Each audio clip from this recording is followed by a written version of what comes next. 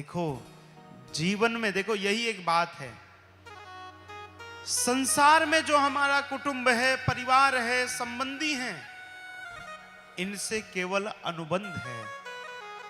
शरीर पूरा, संबंध खत्म, लेकिन असली संबंध तो हमारा परमात्मा के साथ है, जो जिंदगी के साथ भी और जिंदगी के बाद है। महाराज परेशान है, व्याकुल है, क्या करें? जीवन में जब समस्या आए, कहीं भटकने की आवश्यकता नहीं है। समस्या में यदि कोई मार्ग दिखाएगा तो केवल और केवल सद्गुरु दिखाएगा। सद्गुरु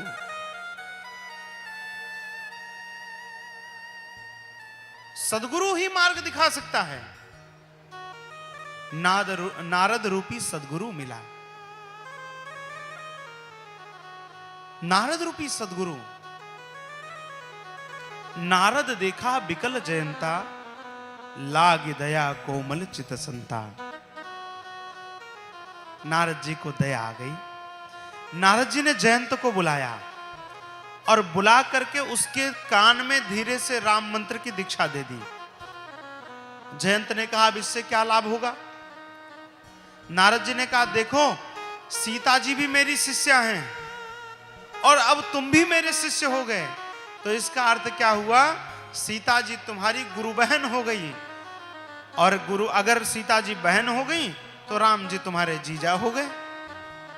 हाँ, जीजा हो गए। जाओ। जयंत आया भगवान के पास।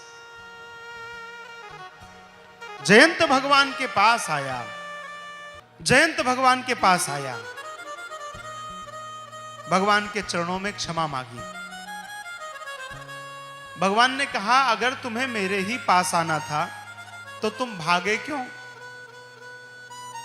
तो जयंत ने कहा, प्रभु मैं आपका प्रभाव देखना चाह रहा था, इसलिए मैं भागा। प्रभाव कभी भी दूर से दिखता है।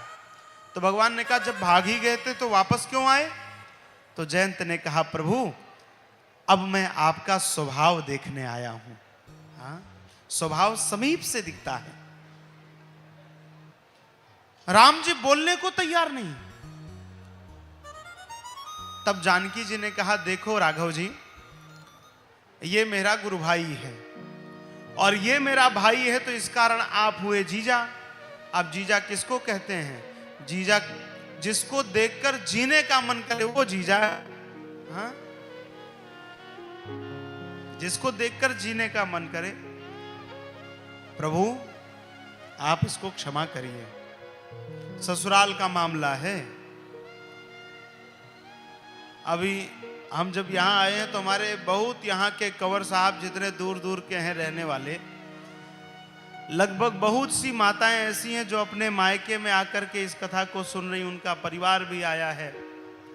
अरे ससुराल का तो आनंद ही अलग है। हाँ, अब जिसके है वही जाने भैया। हम लोग तो बचपन में महात्मा बन गए तो हमें तो पता नहीं है।